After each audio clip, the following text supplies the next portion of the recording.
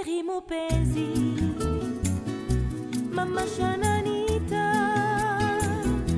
kufika Kolwezi mpenzi wangu, utapata barua. Oh Sheri mupenzi.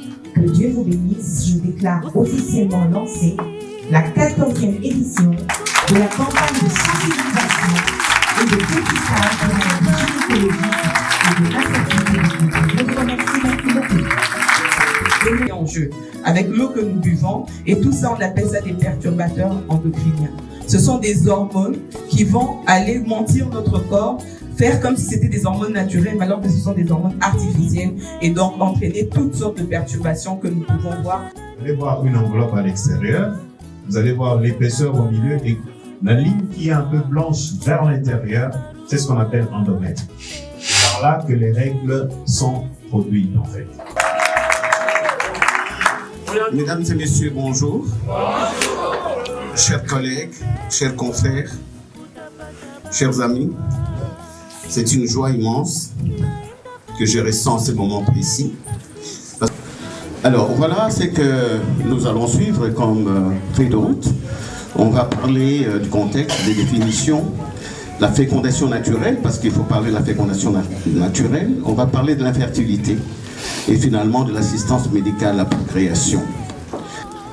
On va parler de la fécondation naturelle, parce qu'avant de parler de la fécondation assistée, je préfère vous rappeler qu'est-ce qui se passe pour faire en sorte que nous soyons tous là, nous qui sommes venus par des voies naturelles. Alors, il faut rappeler que pour qu'une femme puisse avoir un enfant, une femme a besoin de sa matrice, et surtout de l'intérieur de la matrice dont on vous a parlé tout à l'heure, l'endomètre. Il faut que les trompes soient perméables, il faut que les ovaires fonctionnent et qu'il n'y ait pas des ovaires polykystiques à l'intérieur. Comme on vient de le dire, on ne peut pas faire un enfant tout seul. Les hommes également, pour avoir des enfants, ils ont besoin des testicules, ils ont besoin de la verge, ils ont besoin de tout ce que l'organisme a fait pour qu'on puisse avoir la possibilité de pouvoir féconder une femme. Chaque femme, en moyenne, a ses règles tous les 28 jours.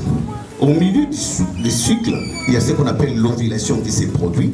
Et une fois que l'ovulation est produite, et que pendant ces temps-là, vous avez les rapports avec un homme qui peut vous féconder, pas celui qui vient de sortir, eh bien, vous pouvez tomber enceinte. Le spermatozoïde arrive à féconder l'ovocyte. On peut lancer le film. Nous sommes dans l'appartement de mes parents, le soir où ils seront toujours persuadés de m'avoir conçu. En réalité, il s'agissait seulement du départ de la grande course.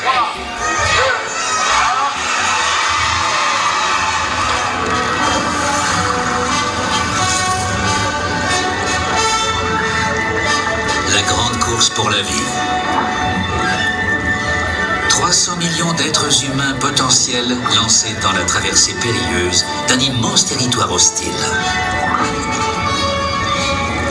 Tous en quête d'un même trophée lointain, l'ovule. Une chance sur 300 millions. Mais comme vous, j'ai vaincu les lois du hasard.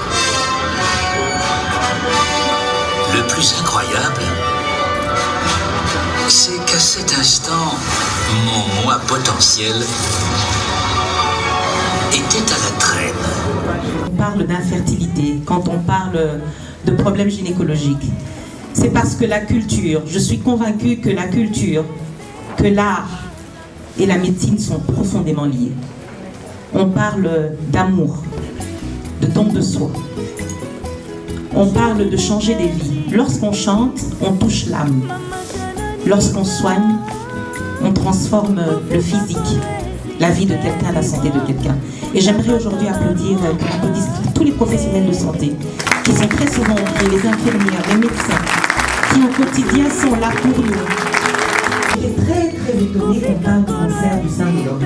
Moi, je ne savais pas que les hommes souffraient du cancer du sein, pouvaient souffrir du cancer du sein. On a toujours parlé des femmes. Et très curieusement, le cancer du sein, on en parle. Mais tout ce qui est cancer qui a trait à la gynécologie, c'est très tabou. Parce que c'est soit une gynéco, ou bien alors c'est le sorcier, ou alors c'est c'est tata moi-ci, ou c'est la belle famille, ou c'est moi-ci, Manazandoki. Déjà, quand vous ne mettez pas au monde aux Zandoki, c'est pas ça. Alors qu'ils oublient qu'il y a une douleur derrière tout ça. Jarabi, je t'aime. Jarabi,